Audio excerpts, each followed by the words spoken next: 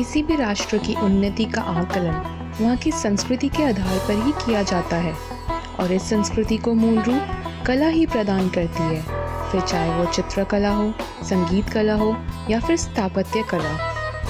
खेतड़ी का महल शेखावटी कला और उनकी स्थापत्य कला का एक शानदार नमूना है ये महल। क्या आप जानते हैं जयपुर का हवा महल खेतड़ी महल से ही प्रेरित होकर बना है।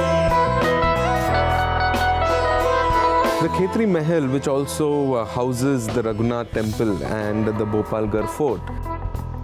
यह महल अपनी खूबसूरत कतारबद्ध तस्वीरों और बेजोड़ भित्ति चित्रों के लिए जाना जाता है, जो रघुनाथ मंदिर और भोपालगढ़ किले की नक्काशी से मिलती जुलती है।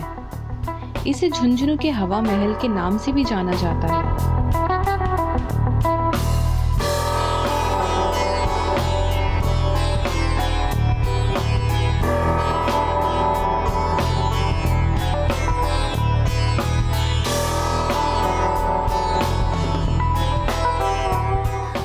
The well-designed arches and columns have replaced the usual.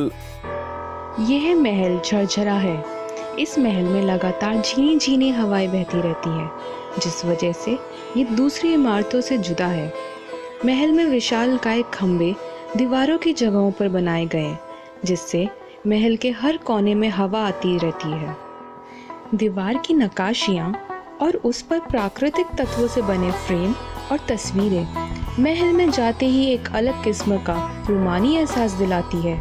महल के निर्माण की सामग्री इस तरह से चुनी गई कि महल के अंदर रहने वाले गर्मी में भी ठंडा महसूस कर सकें।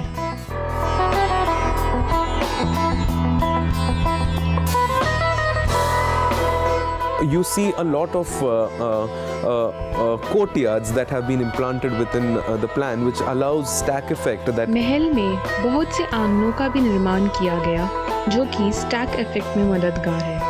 स्टैक इफेक्ट से गर्म हवा ऊपर चली जाती है, जिससे हवा के दबाव में अंतर आता है और ठंडी हवा उसकी जगह ले लेती है। महल के प्रवेश द्वार से रैंप सीधी महल की छत की ओर जाती है।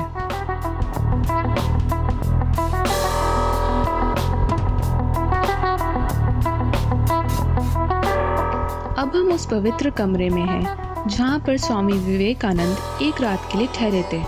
हालांकि समय के साथ महल के कई हिस्से जर्जर हालत में हैं, फिर भी महल की वास्तुकला अपने आप में विशिष्ट दिखती है। महल के मेहराब और स्तंभ सुंदर नक्काशियों से भरे हैं और सारे कमरे इन मेहराबों और स्तंभों के जरिए एक दूसरे से जुड़े हुए हैं। ये महल को बड़ा ही खूबसूरत एवं व्यवस्थित रूप प्रदान करते हैं।